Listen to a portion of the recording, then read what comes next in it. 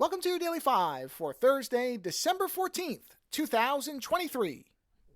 I did a 5 just under, 1 day under, tomorrow will be a month ago, but 1 day under a month ago about the Pixel Watch 2, and I stand by that 5. So this is not about the Pixel Watch 2. If you want my thoughts on that, go listen to that 5.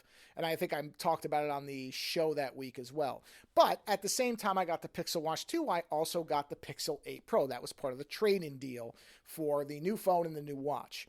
And I had talked about on at least one 5 that there were some weird issues and one really shake your head type of problem with the Pixel 7 Pro, which I largely liked. But the one that really was a stunner to me was how bad using the camera was. And I want to be very clear, because I don't know if I pointed this out when I talked about it, but I should have if I didn't. Was not using, and currently am not using any type of third-party software with the camera. I wasn't on the 7 Pro, I'm not on the 8 Pro. I was using the camera app built in to the Google phone. The only thing I did that really could have affected it, and I ruled this out, was I do use a custom launcher. And I disabled that for a week to see if that had any effect on the camera. It did not. The camera had the same bugginess, so it was not the launcher. Other than that, there is nothing that should have interfered, and I don't even think the launcher would have, but I just wanted to rule it out.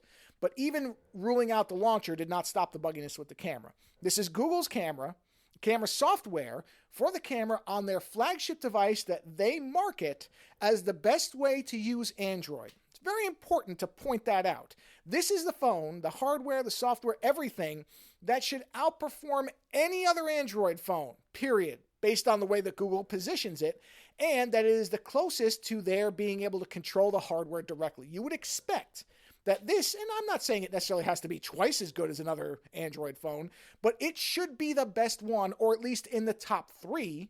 And I don't know if you could honestly say that. In fact, you probably can't. But it really should be the best Android phone you can use. And when the camera, which is one of the things that Google, as with every other phone manufacturer now, touts as one of their signature features, when the camera doesn't work properly, when you're not doing anything difficult with it, you have to start to wonder. And that wasn't the only thing. There were a number of little issues. There was just a general sense that the 7 Pro wasn't quite finished. It wasn't a bad phone by any stretch. It wasn't a, terrible experience, but you would run into these strange little things.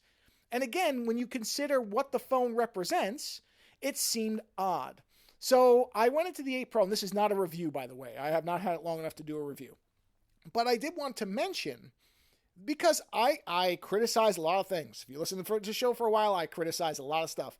And the other side of that is I have to give credit when it feels like a company or a product has either course corrected or is doing something right. And I have to say, honestly, having used the 8 Pro pretty much the same way as I did the 7 Pro for over a month now or so, or whatever it is, it does feel like most of the rough edges that were present in the 7 Pro, the inexplicable rough edges, do seem to have been smoothed out. So either they were listening to feedback and they found problems and fixed them. I've seen some reviews that said the Tensor 2 chip might be responsible. I don't know. It doesn't feel right to me. These didn't feel like performance problems. These felt like bugs in the software that weren't tested properly. It did not feel like there wasn't enough horsepower. Now, it could be.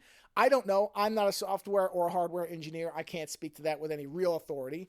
But I will say that this phone does appear, and the flat screen is a lot better. The curved screen, I wouldn't say it was a big deal, so the way some people said it was, but you would run into annoyances where, you were kind of losing the edge of the screen. So it was definitely there, but I do like the flat screen better.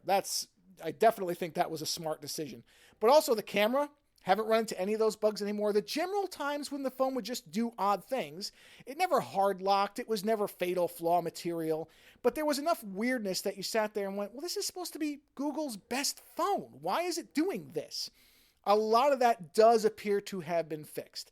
So again, not a review, not even an impressions, but I do think that you have to give credit. If you're going to criticize, you also have to point out when a company or a product does something right. So I don't know. I mean, I could post this and 20 minutes from now, the phone could black screen and I can't use it anymore. That could always happen, but that could happen, honestly, no matter what anybody tells you. That can happen with any phone. But like I said, in general, using it as a daily phone, I have felt like a lot of the things that were strange or inexplicable at the 7 Pro appear to have been fixed. So just want to do a 5, point that out in case anybody's actually considering this phone. It does seem like they have fixed a number of things and it's performing better. So just felt I should actually talk about it later.